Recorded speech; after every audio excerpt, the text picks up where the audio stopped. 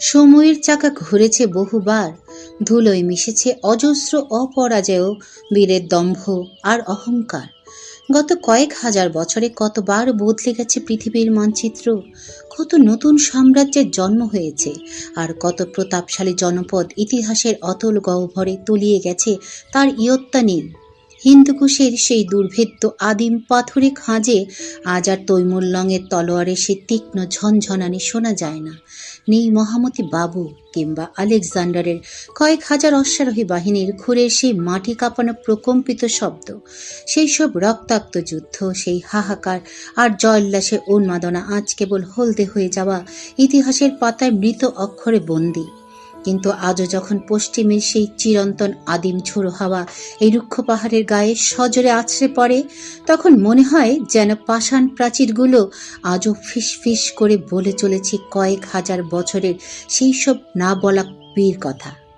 এই পাহাড়ের প্রতিটি ভাঁজে, প্রতিটি গুহায় লুকিয়ে আছে কত শত নামহীন যোদ্ধার আত্মত্যাগ, কত বালিকা বধূর প্রিয়জন হারানো কান্নার সুর, আর কত নামী অনামী সাম্রাজ্যের উত্থান পতনের তপ্ত দীর্ঘশ্বাস। এই বাতাস যেন আজও বহন করে আনে সেই সুদূর অতীতের গন্ধ, যেখানে মিশে আছে বারুদ, রক্ত আর ঘোড়ার ঘামের ঘ্রাণ। হিন্দুকুশ শুধু কতগুলো ধূসর আর রুক্ষ মৃত পাহাড়ের সমষ্টি নয়, এটি রক্ত, অশ্রু আর মানুষের অপরাজেয় জেদ এবং টিকে থাকার লড়াইয়ের এক জীবন্ত মহাকাব্য। বামিয়ানের সেই শূন্য কুলুঙ্গিগুলো, যেখানে একসময় বুদ্ধের প্রশান্ত মূর্তি দণ্ডায়মান ছিল, সেগুলো আজ এক মৌন বিষণ্ণতার বিশ্বজনীন প্রতীক হয়ে দাঁড়িয়ে আছে।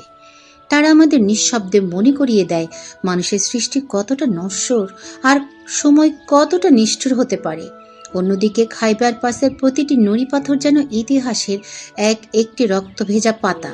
সেখানে আজও অদৃশ্য অক্ষরে খোদাই করা আছে পারস্যের সম্রাট দরিউস থেকে শুরু করে নাদির শাহের ভয়ঙ্কর আগ্রাসনের গল্প। মানুষের ক্ষণস্থায়ী জয়গান, রাজমুকুটের চাকচিক্য আর দোর্দণ্ড প্রতাপশালী বাদশাহদের পতন সবই নিস্পৃহ চোখে এক অদ্ভুত উদাসীনতায় দেখে আসছে এই অনন্তকাল ধরে দাঁড়িয়ে থাকা বরফ শুভ্র আকাশচুম্বী শৃঙ্গগুলো। হয়তো কোনো একদিন এই রুক্ষ পাহাড়ের কোল ঘেঁষেই আবার রচিত হবে নতুন কোনো সভ্যতার নতুন কোনো রূপকথা। হয়তো মানুষের আগামীর পায়ের ছাপ আবার কোনো এক বসন্তে পাল্টে দেবে এই উপত্যকার শতাব্দী প্রাচীন নীরবতা। তবে হাজার বছরের এই নীরব সাক্ষী, মেঘ ভেদ করে জেগে থাকা হিন্দুকুশ আজও দাঁড়িয়ে আছে ঠিক আগের মতোই, অটল, গম্ভীর, রহস্যময় এবং ভয়ঙ্কর সুন্দর।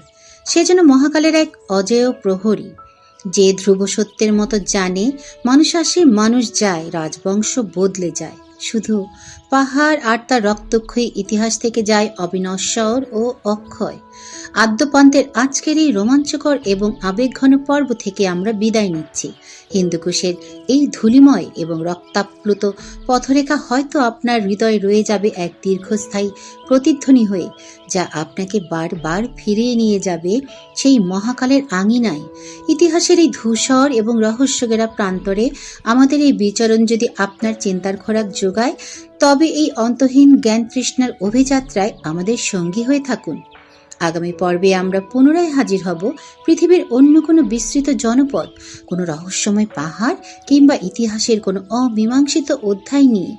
ততক্ষণ পর্যন্ত ইতিহাসের সেই অতল গহ্বরে ডুব দিন, যেখানে জীবন আর সময় মিলেমিশে একাকার হয়ে আছে।